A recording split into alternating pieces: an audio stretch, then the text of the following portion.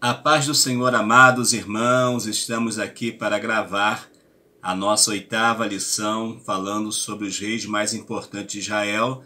E hoje eu tenho uma companhia especial e, se for da vontade do Senhor, vai estar comigo por alguns outros vídeos, algumas outras videoaulas, estará fazendo comigo, que é o meu filho. Filho mais velho do pastor Valmir Ribeiro, Nicolas da Silva. O Nicolas vai estar me ajudando aqui e também aproveitando o tempo, para poder juntos nós aprendermos a palavra do Senhor nosso Deus. Nós já temos aí no canal a nossa 7ª lição, que falou sobre a monarquia em Israel. E a nossa 8ª lição vai falar sobre os reis mais importantes de Israel. Vai ter uma leve repetição falando sobre Davi e também sobre Salomão, mas no decorrer da lição nós estaremos vendo juntos. O Nicolas vai estar me ajudando nas leituras e também colocando aí seu ponto de vista, o que ele pensa, também alguma dúvida. Nós vamos juntos aqui nessa lição maravilhosa. O Nicolas vai estar lendo o texto áureo da nossa lição. Texto áureo que se encontra em 1 Reis, capítulo 11, versículo 11. Pelo que disse o Senhor a Salomão, visto que houve isso em ti, que não guardaste o meu concerto e os meus estatutos que te mandei, certamente rasgarei de ti este reino e o darei a teu servo. Vimos aqui, nesta leitura bíblica, nesse texto áureo, Deus havia feito, inclusive o próprio Salomão lá no início, ele pediu a Deus que Deus lhe desse sabedoria para ele estar conduzindo o povo, para ele estar levando o povo a ter um compromisso com Deus, mas nós vamos ver na leitura bíblica em classe que Salomão ele vai sair desse compromisso que ele havia assumido com Deus. Agora, uma coisa é certa, nesta lição nós não podemos afirmar, como já vimos algumas pessoas afirmando, que Salomão não foi salvo. Não temos condição de afirmar isso, tá bom? Mas que ele deixou, infelizmente, uma má influência, isso ele deixou.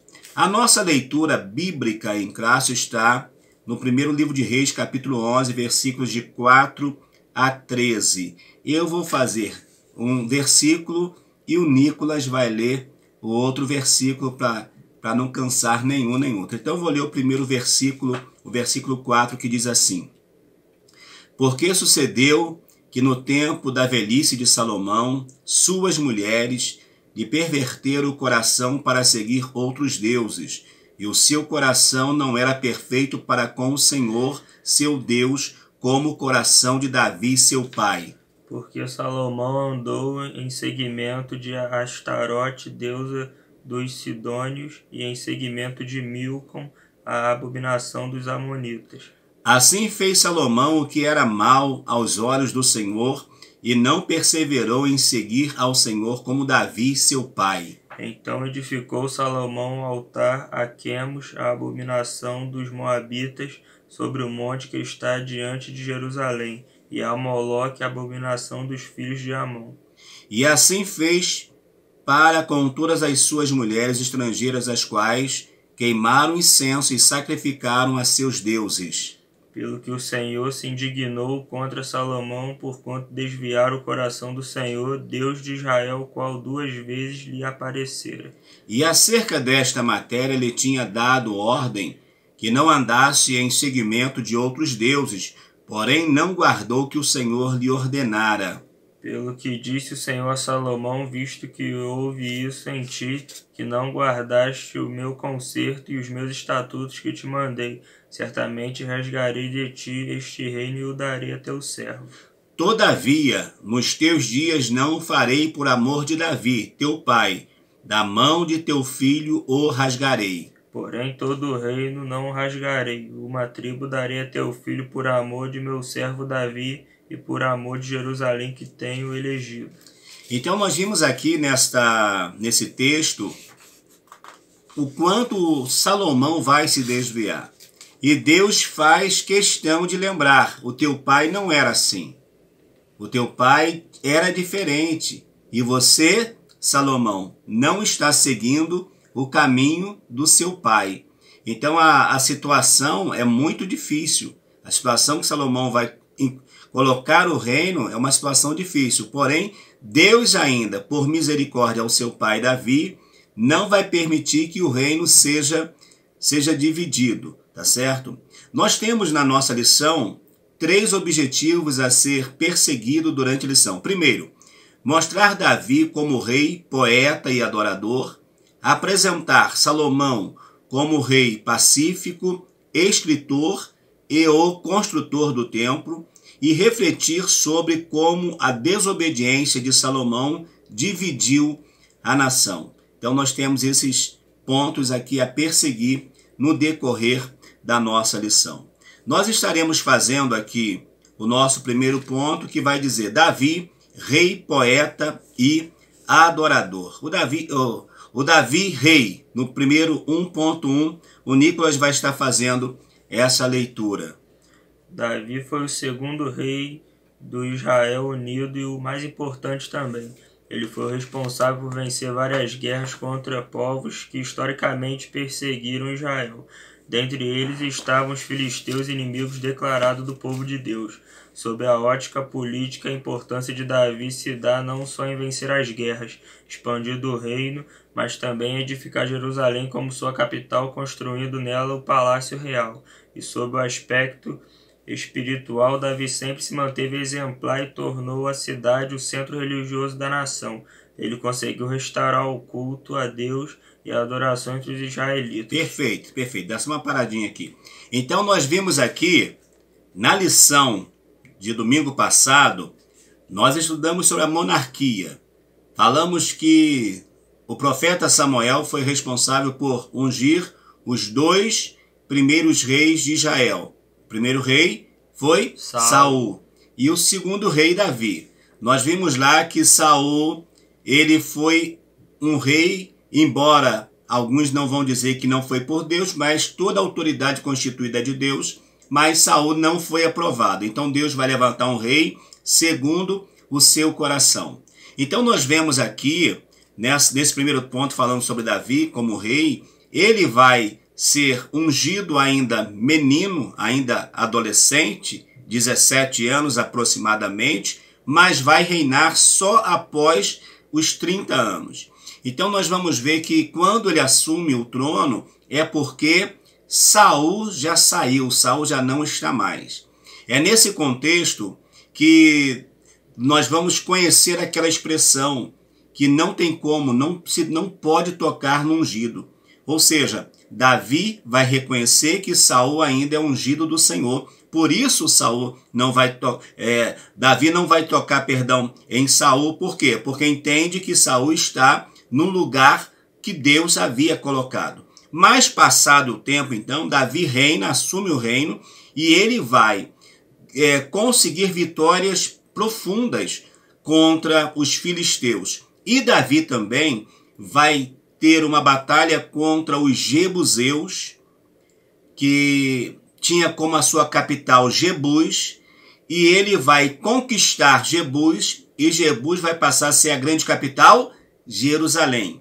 Jebus, então, vai ser agora Jerusalém, que vai ser o centro da adoração do povo de Deus. O povo de Deus vai, sempre quando desejar adorar, sabe que tem uma referência. Onde é a referência de adoração? Jerusalém.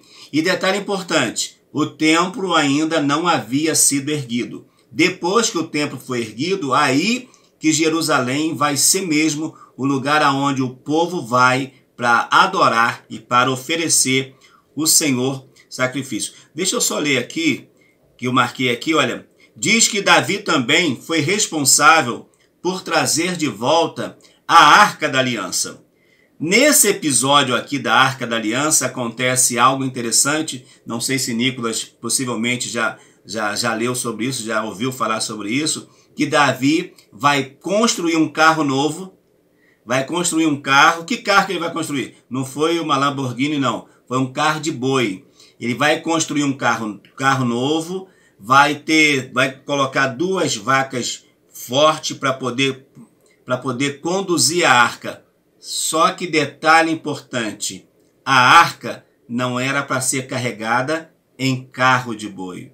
A arca tinha que ser levada pelos sacerdotes, pelos levitas, aqueles que tinham compromisso. Não podia ser, seria até mais cômodo, né?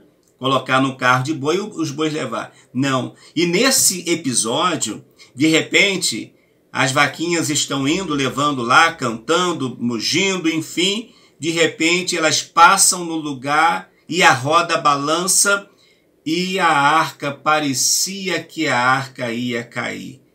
Um dos servos de Davi, de nome Uzá, vai colocar a mão na arca para segurar a arca, ia fazer boa coisa.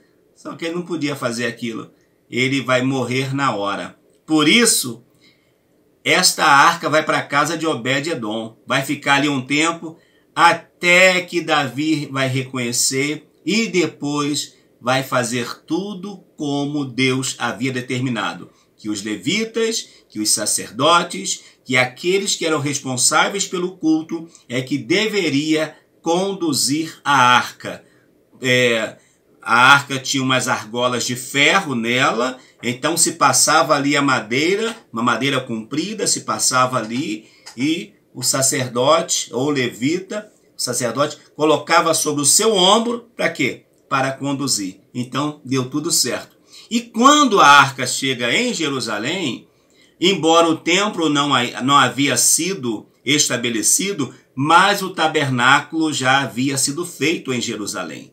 Então a arca foi para o lugar santíssimo e vai ficar ali sendo, vamos dizer assim, a manifestação máxima da presença do Senhor nosso Deus. Nós vamos ler agora sobre Davi, o poeta. Quer falar alguma coisa, Nicolas? Não? Perfeito. Perfeito. 1.2, Davi, o poeta. Seus escritos são salmos que, quando lidos com o conhecimento do que se passava em sua vida, evidenciam ainda mais a profundidade e a beleza das suas orações em forma de poemas e canções. Destacamos aqui o Salmo 23, um dos mais conhecidos da Bíblia. Perfeito. Salmos 23. Eu ouvi uma vez alguém dizendo assim, de um jovem que, diante de uma plateia na universidade, ele tinha que apresentar um trabalho, ele vai ler o Salmo, ele vai interpretar o Salmo de uma forma maravilhosa. E quando ele lê o Salmos 23, no final está todo mundo ovacionando, batendo palma, perfeito. Mas havia um senhorzinho ali por perto, e o senhorzinho também foi falar o Salmos 23. Só que quando ele falou o Salmos 23, do jeito que ele falou, não teve aplauso, mas teve um montão de gente chorando após o irmãozinho, o senhorzinho, ter interpretado o Salmo. Os Salmos 23 é um dos salmos mais conhecido e mais citado. E vale aqui, né, Nicolas, falar porque Davi, quando ele é ungido rei, ele está onde? Cuidando de ovelha. Está cuidando de ovelha. Eu até disse, parece no vídeo passado, que Davi tinha cheiro de ovelha, o que falta hoje na vida de muitos pastores. Porque tem muitos pastores só de nome. Então Davi tinha cheiro de ovelha. Por isso que ele vai entender a paciência que ele precisava ter com as ovelhinhas. Ele vai retratar isso até da paciência que o sumo pastor, que é o nosso Deus, que é o nosso Senhor Jesus Cristo, que é o Espírito Santo, tem por nós, em cuidar de nós, em ser o nosso pastor, em preparar uma mesa, em levar as águas tranquilas, ou seja, porque tem hora que as águas não estão tranquilas. Como você vai levar uma ovelhinha para tomar água se tiver uma enchente? Vai levar ela. Ou se tiver acontecendo, se tiver alguma fera ali. Não pode. Então, Davi conhecia bem o que era isso. E ele conhecia também a questão do vale da sombra da morte. Era um vale que precisava ser passado, mas não era fácil. Era um vale que trazia muitos perigos. Mas ele está dizendo, olha, ainda que eu andasse pelo vale da sombra da morte, não temeria mal algum. Por quê? Porque tu estás comigo. Então é muito importante. Davi, como poeta, ele vai deixar para nós lições maravilhosas. E, só para eu falar certinho aqui, não errar, Salmos 51. Salmos 51, Davi vai fazer uma oração maravilhosa. Ele vai dizer assim: tem misericórdia de mim, ó Deus, segundo a tua benignidade. Apaga as minhas transgressões segundo a multidões das suas misericórdias. Lava-me completamente da minha iniquidade e purifica-me do meu pecado, porque eu conheço as minhas transgressões e o meu pecado está sempre diante de mim. Contra ti somente pequei e fiz o que os teus olhos era mal, para que seja justificado quando falares e puro quando julgares. Eis que iniquidade fui formado, e em pecado me concedeu a minha mãe. Eis que me amas a verdade no íntimo, e no oculto me fazes conhecer a sabedoria. Nós vamos ver Davi, nesse salmo, ele vai pedir a Deus, ele vai falar com Deus para quê? Para que Deus tenha misericórdia dele, porque ele vai entender que o pecado que ele havia cometido, levando até um dos seus melhores soldados, a morte, lhe estava trazendo consequências. Então ele vai orar ao Senhor profundamente. No 1.3, nós vamos falar sobre Davi, o adorador. Pode ler, meu filho. Davi também foi um adorador muito à frente de seu tempo, compositor de belíssimos hinos de adoração cantados até os dias de hoje. Seu lado adorador também se destaca em um episódio peculiar, quando procura um músico para acalmar o rei Saul, que se encontrava atormentado por um espírito maligno. Davi foi o jovem escolhido e quando tocava sua harpa, o espírito maligno se retirava do rei e se acalmava. Era claro que não se tratava apenas de música, mas também de unção. Muito bem. Saul, ele vai ser atormentado por um espírito. E o interessante é que esse espírito, ele pede permissão a Deus para atormentar Saul. E esse espírito vem mesmo para atormentar Saul. Inclusive, quando Saul estava possesso, se ele pudesse, ele matava Davi. Mas Davi foi chamado para ir lá, e o texto que diz que Davi era um menino gentil, de boa presença, de boa aparência. Ele, além de tudo, sabia tocar bem. Ô irmão, para tocar para o rei não podia tocar de qualquer maneira, né? Ele tocava bem. Mas além disso tudo, a unção de Deus estava sobre a vida de Davi. Então, quando ele tocava, o espírito que atormentava Saul deixava. Só que depois, Saul voltava a praticar as coisas erradas, o espírito voltava novamente. Mas sempre, quando precisava, Davi estava ali para fazer isso. Davi estava para promover na vida de Saul algo maravilhoso. Eu anotei mais um pedacinho aqui que diz assim: mais um exemplo marcante foi quando este rei se humilhou adorando a Deus com todas as forças na ocasião do retorno da Arca da Aliança para Jerusalém. Nós já falamos isso aqui lá atrás, quando Davi ele vai trazer a arca novamente no primeiro tópico. Primeiro tópico no 1.1. Então nós vemos que ele vai se arrepender, ele vai se humilhar, ele vai entender que a sua atitude naquele momento em ter trazido a arca de forma errada, observação, sem orar a Deus. Ele entendeu que ele não tinha orado ao Senhor. Por isso que aquele mal lhe sobreveio. Mas agora não, ele vai fazer o caminho perfeito, ele vai orar, ele vai buscar, ele vai se humilhar e vai ter a resposta do Senhor nosso Deus. Quer comentar alguma coisa, meu filho? Não. Então nós vamos para o nosso segundo tópico, que vai falar sobre Salomão. Salomão é o sucessor de Davi. E vale ressaltar aqui que Salomão é o filho de Betseba com Davi. Sabe a oração que Davi fez lá no Salmos 51? Tem tudo a ver com Betseba, com Salomão, tem tudo a ver com essa história. Mas Deus vai permitir então que Salomão ele venha reinar no lugar de Davi. O segundo parágrafo. Isso. O terceiro rei de Israel consolidou e expandiu o reino através de alianças políticas sem fazer guerra. Seu reinado só não foi inteiramente de paz em razão dos seus pecados, que já ao se casar com muitas mulheres ímpias, passou a desobedecer ao Senhor seguindo seus ídolos. Então o próprio Deus levantou inimigos para combater Israel. Sair do centro da vontade do Senhor nos leva a passar por situações terríveis que jamais passaríamos se fôssemos fiéis. Quer comentar? Não. Não quer não? Comenta aí, fala aí também. A gente tem que sempre seguir na palavra de Deus, revestindo de toda a armadura para resistir e não cair na tentação. Muito bem. E aqui nós vimos que Deus fala com Salomão, lá no início, dá-lhe sabedoria. Salomão começa bem, faz alianças. Por causa das alianças que fez, o reino tem paz.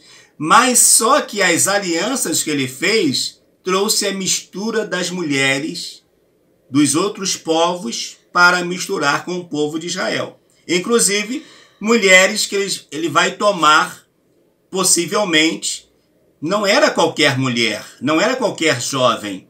Era as filhas, as netas daqueles reis que ele tomava como as suas mulheres. Então o comentarista vai dizer que ele só não foi perfeito por causa das mulheres que ele tomou, das mulheres das nações vizinhas. E aqui o comentarista nos dá uma orientação dizendo, um conselho: sair do centro da vontade do Senhor nos leva a passar por situações terríveis.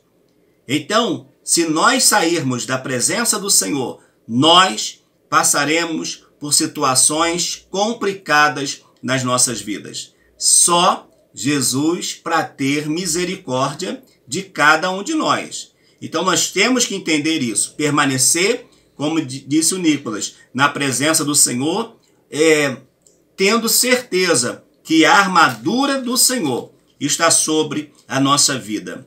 O 2.2 vai falar o rei que edificou o templo. A palavra de Deus nos relata que Davi tinha o desejo de construir o templo de Jerusalém e foi impedido pelo próprio Senhor, já que como guerreiro possuía sangue em suas mãos. Contudo, Deus permitiu que Davi fizesse o projeto e o passasse a Salomão, seu filho e sucessor no trono.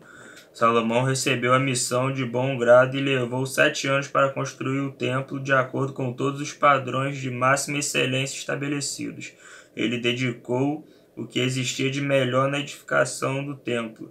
Assim devemos fazer também em nossas vidas no que tange a nossa adoração e serviço a Deus. Olha, tá vendo só, juvenis? Tá vendo?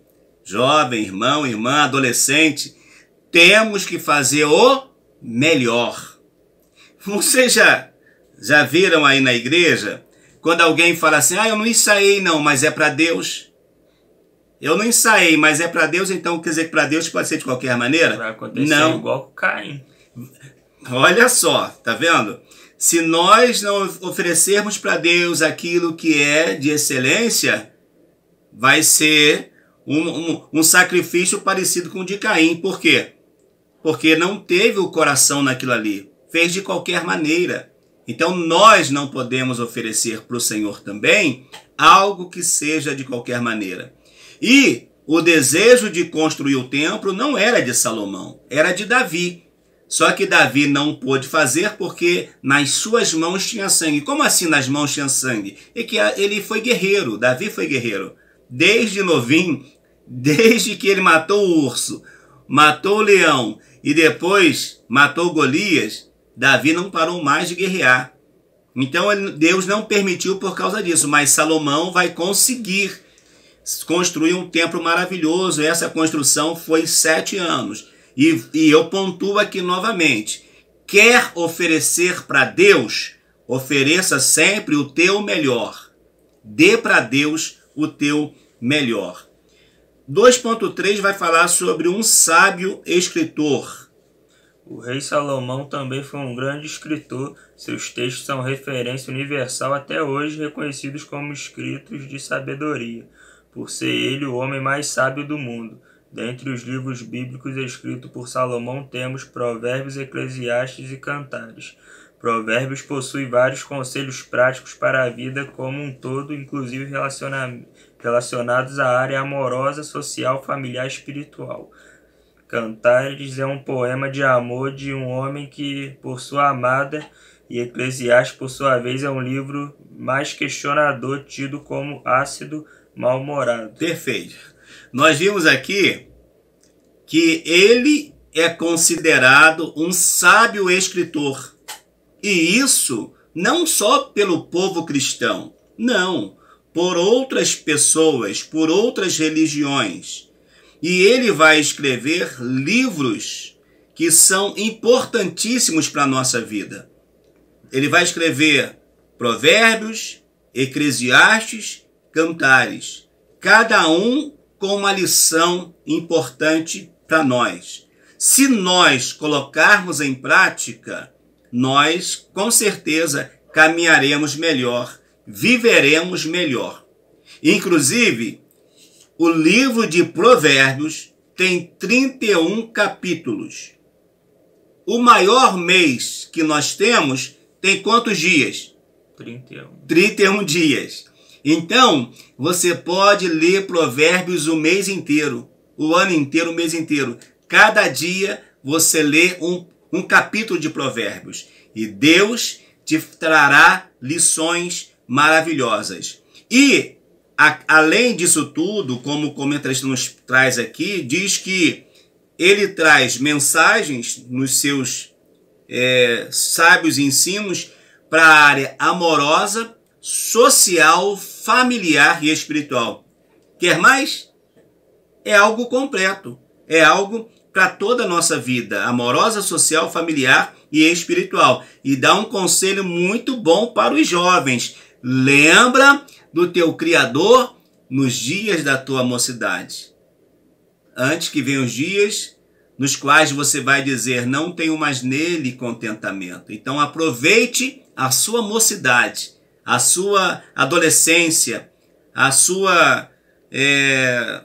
Eu tenho uma palavra que eu queria falar, mas não vou conseguir. Vou falar juventude novamente.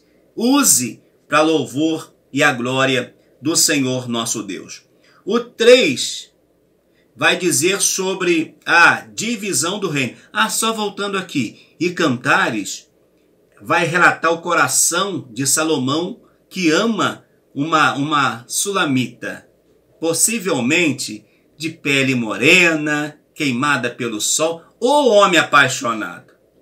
Eu até diria fogaréu puro, Salomão, fogaréu. Mas vai retratar também, não é claro que não em todas as páginas de Cantares, mas esse livro também vai retratar o amor do Senhor Jesus pela igreja, o amor puro do Senhor pela igreja e como pela igreja, eu estou falando pela igreja, mas na verdade é pela nação de Israel. O quanto a nação de Israel vai rejeitá-lo.